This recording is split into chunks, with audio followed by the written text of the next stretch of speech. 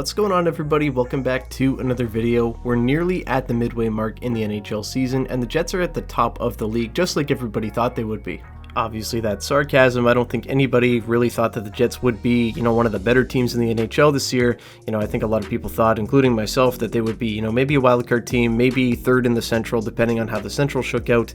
But definitely all wrong here, as the Jets have shown themselves to be, a legit team, a very deep team, and one of the better defensive teams in the NHL. The Jets currently are on a 29-game streak, allowing 3 goals or less, which is unbelievable as it stands, but when you look deeper into it, league-wide, teams have scored 4+ goals in 506 of 1,232 games, or 41% said here by Todd Friesen.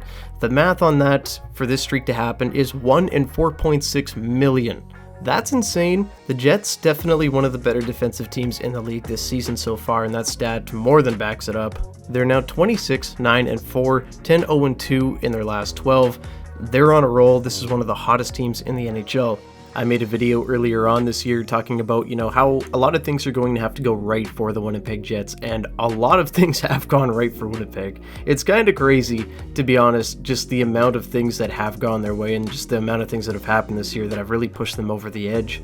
A lot of that has to do with depth. I mean, look at Nino Niederreiter this year. He's having a fantastic year. He's playing, primarily on the third line for most of the season. Got Vlad Nemestikov, who was only traded for a 4th-round pick last trade deadline, traded for a 4th-rounder in 2025, and that guy is putting up fantastic numbers this year. He looks like a monster. You can play him really wherever. Right now he's playing on the second line. Him and Cole Perfetti seem to have, pretty good chemistry. He's on pace for a 50+ point season this year, and that's great. I mean, I'd love to see him maybe down the lineup a little bit more, but I mean, if the Jets go out, get Kyle Connor back, and add an addition to the top 6 like I think they will be around the trade deadline, I think Vlad Nemestikov as your 4th line center is absolutely incredible. And I mean, that saves the Jets from going out and spending maybe a 4th, a 5th, maybe like a low tier prospect for a guy to fit in on the 4th line. They have so much depth, and I think if they just go ahead and they add 1 more piece, or even 2 if they're feeling crazy, to the top 6,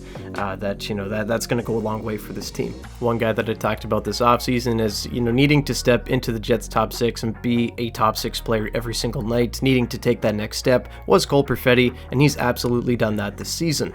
Obviously, a young player, just turned 22 this calendar year on January 1st, but, he was a guy last season that just wasn't shooting the puck a lot, didn't really have a lot of confidence in his shot. 30 points, 22 of those were assists in 51 games last season. He was very good when healthy, but just wasn't able to stay healthy. Now, he's played in all 39 games of the year so far this year for Winnipeg, and he's looked very good. You can see him oozing confidence. His speed has definitely gotten better as well. I know that was a big problem. His skating ability was definitely looked at as maybe a little bit of a weakness heading into the draft, but he's fixed that. He's not the fastest guy in the world by any means, but definitely better than it was. He started the year as the second line center. That didn't last very long. I thought he played fine as the 2C, but you know what? If they're not comfortable playing with him at center and they want to play him on the wing, so be it. Vlad Nemestikov can play center, no problem, but I think that Winnipeg will be looking for a 2C at the trade deadline, as I've said before already in this video.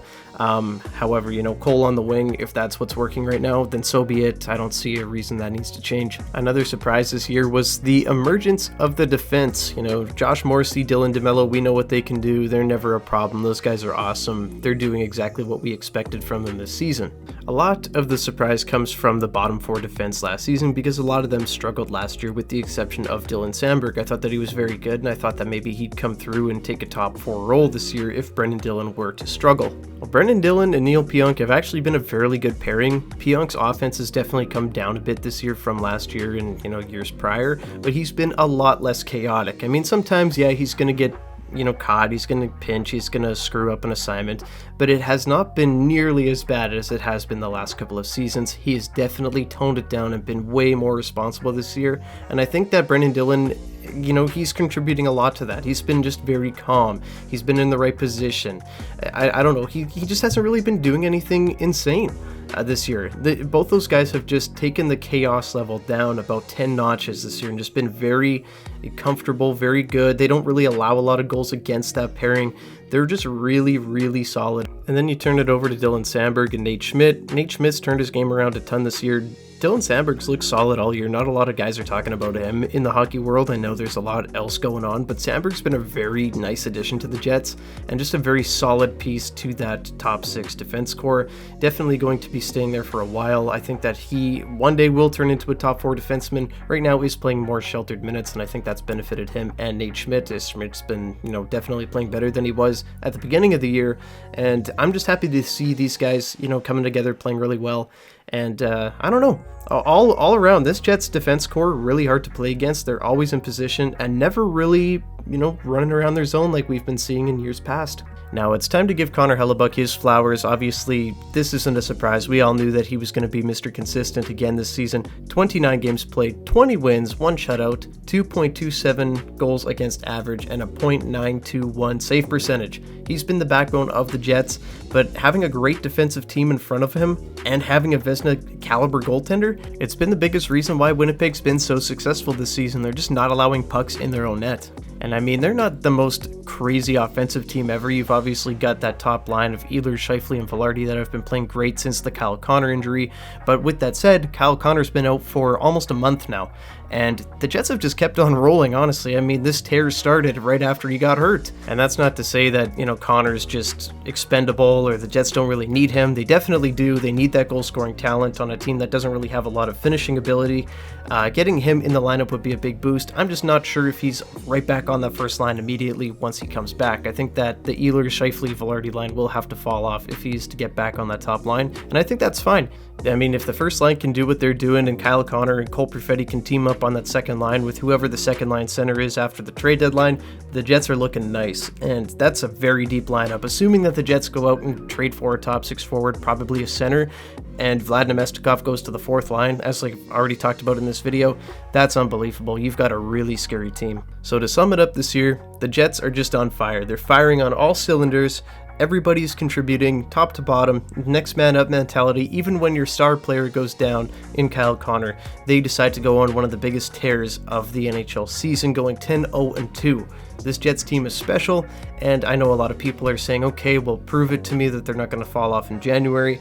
I think they're on their way to proving it. They've won 6 in a row. They won 6 games in 9 days on the Father's road trip to boot.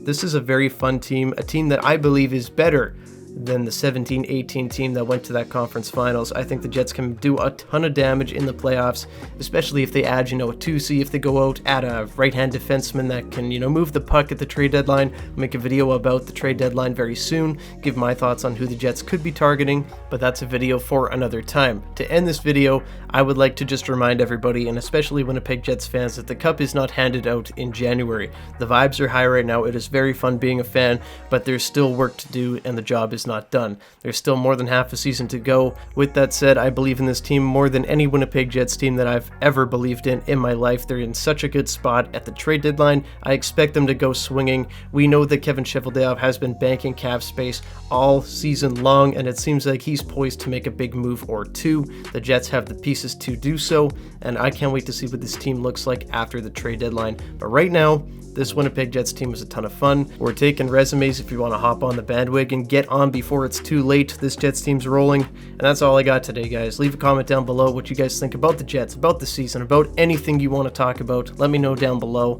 and that's all I got, guys. Leave a like and subscribe to the channel if you haven't already. Go Jets, go! Bye-bye.